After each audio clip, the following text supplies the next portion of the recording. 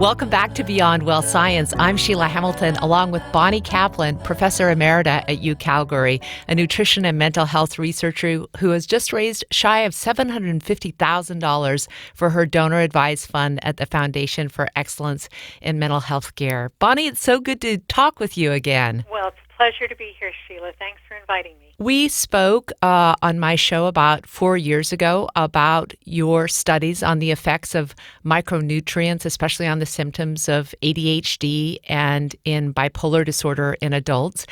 Can you just catch me up on what kind of advancements there has been in this field since we last spoke? Oh, gosh, there's so much more. I'll try to give you a little overview summary, Sheila. Okay. It hasn't come from me because I am retired now. Yeah.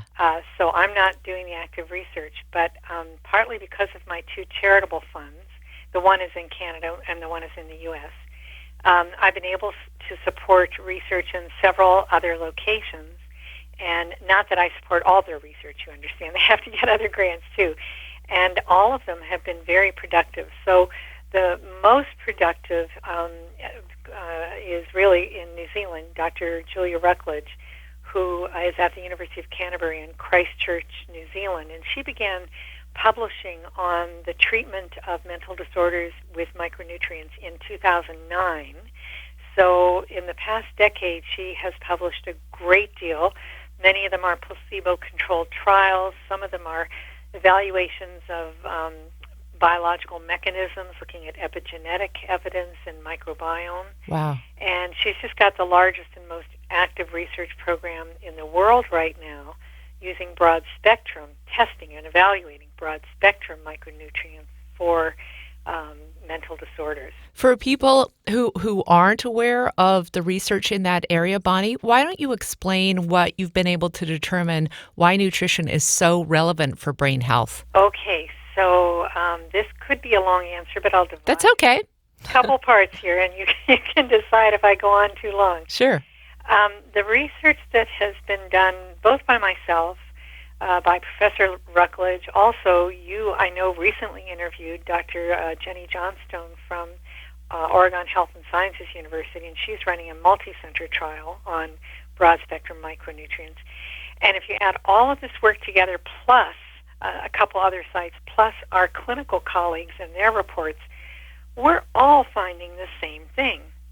And what we're finding is that, I always say God didn't build our brains with the DSM in hand, the Diagnostic and Statistical Manual. And so what we're finding is, regardless of the diagnostic category that a person has been assigned to, the micronutrients help universally with certain symptoms, and those symptoms cut across diagnoses. So, for example, irritability.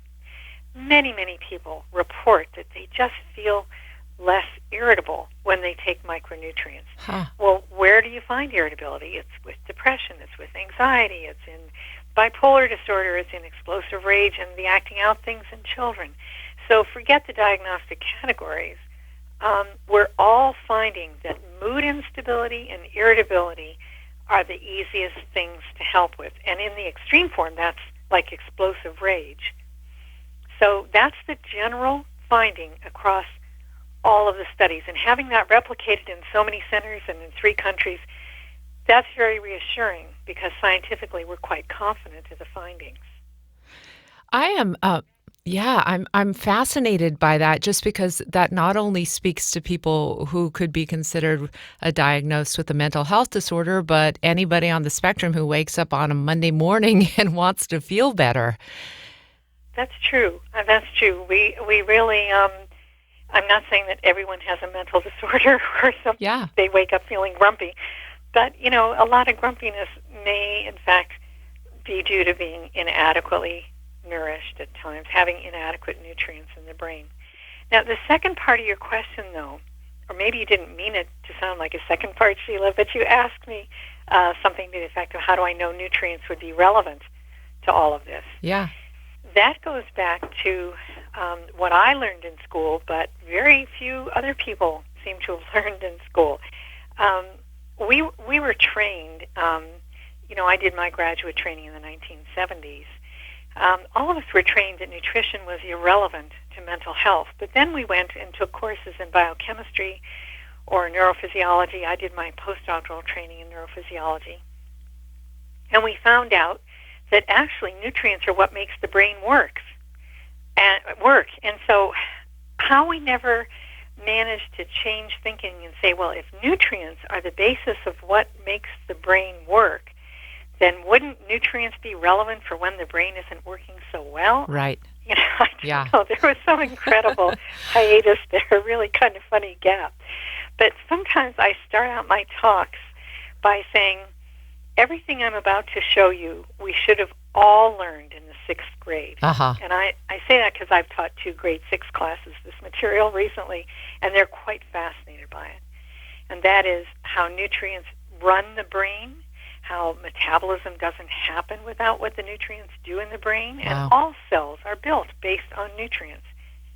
So that's the other part of the answer. Thank you, Bonnie. And, I know we hear from a lot of skeptics about microsupplementing that, you could just be able to get these nutrients through your diet. Are you able to get these nutrients? Is a good diet sufficient? Oh, for many of us it is. I'll use myself as an example, Sheila, because I often do. I have some health problems in my family, but there's no mental health stream going through there, and I've never experienced anxiety or depression. I'm very lucky that way. I think I could eat junk for a year, and although I would get fat and feel awful and all those things, I don't think I'd get depressed or anxious. I think I have a different kind of threshold from someone who is affected on a daily basis by what they're eating. Right. And one of our studies showed that in just a 3-day little slice of life in a group of 100 adults with confirmed mood disorders, we were able to show, this is my former PhD student, Karen Davison, we were able to show that what they ate in those 3 days predicted what their general level of mental functioning was. Wow, I incredible. never thought we'd be able to find that, but it was quite clear. So we've talked before about this, Bonnie, but I'm very curious if you can recommend what kind of dosing people should be looking at, because, you can go on Amazon and put in micronutrients and a dozen different things come up, but it's very difficult for most people to determine how to microdose. Right.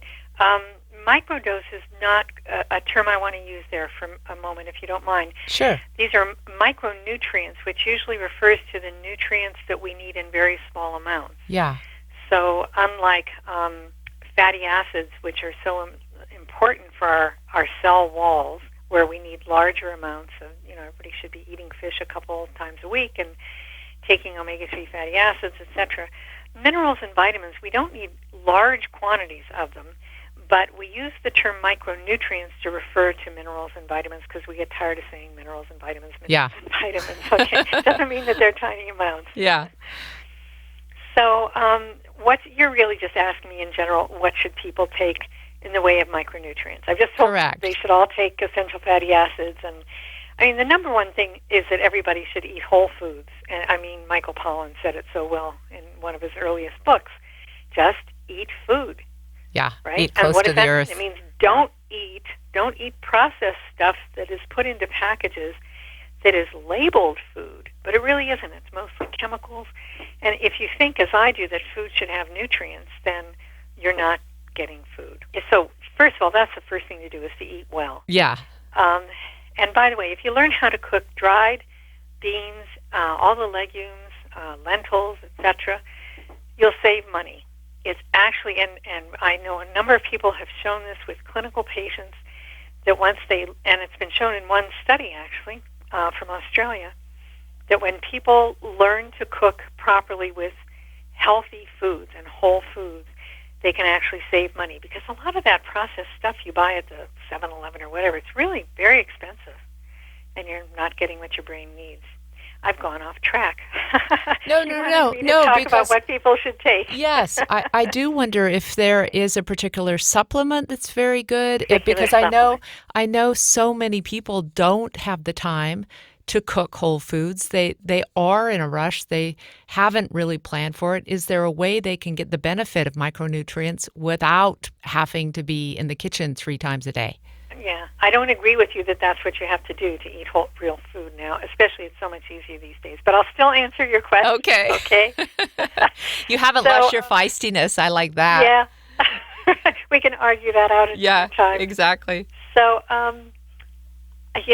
I tend to be a bit of an academic snob, Sheila, because I know that there are many people making poor quality nutrients out there. And I also know that people are saying, oh, take this. Vitamin D is going to solve this problem. Well, there's very little that a single nutrient fixes, only the frank deficiency diseases. If you think you have scurvy, take vitamin C. If you think you have pellagra, take the B vitamins. But for overall brain function, selecting nutrients and relying on formulas that haven't been studied makes me I can't recommend any of those. Huh. I'm comfortable recommending a broad spectrum formula because, and by broad spectrum, I mean at least 25 minerals and vitamins. So, not just vitamins. I mean, some of my best friends will say to me occasionally, Bonnie, I took my vitamins today. And I always say, what about your minerals? Because, if anything, the minerals they're just being overlooked. They're very, very important for our brain function. So getting a broad spectrum formula is really important. And getting it together instead of trying to formulate your own means that somebody smarter than you or me probably figured out how to put them in the proper balance. Huh, yeah. Now, the formulas that have been studied, I just want you to know that none of us who have been studying the 2 Alberta formulas, I'll call them that, none of us has ever accepted a penny from the companies. And that's really important because we are the product of about a 60-year period where the scientific research on mental health has been corrupted by pharmaceutical company money. Huh. And we don't want to follow in those footsteps. So although we are poorer for it, and we don't have money to do our research sometimes, which is why I set up the charitable funds, none of us in any of the 3 companies is ever funded by the nutrient formula companies. Okay, right. None of us ever takes money from them. We're not affiliated with them. But they are they're the formulas that are the most studied in the world. They were both developed in Alberta. One is called Empower Plus. It's made by True Hope. The other is called Daily Essential Nutrients. It's made by Hardy Nutritionals. And those 2 companies have gone through the steps needed for research. They've developed placebos, which they give us for free for our research. And they've also gotten their products approved by Health Canada and the FDA so that our American colleagues can get past their research ethics boards. They can't do that unless they have approval by FDA. That's helpful to know. I was just looking at the 2 that you suggested, and I noticed that there's also these days being offered patches to deliver vitamins and micronutrients. What do you think of that delivery system? That's a brand new idea to me. There is a new one out that is sublingual, but what, you mean patches on the skin? Yes. Yeah, Patch MD, multi-plus, multivitamin, mineral patches. Is there any evidence that they're all absorbed adequately through the skin? That's what I wanted to ask you. You're the expert.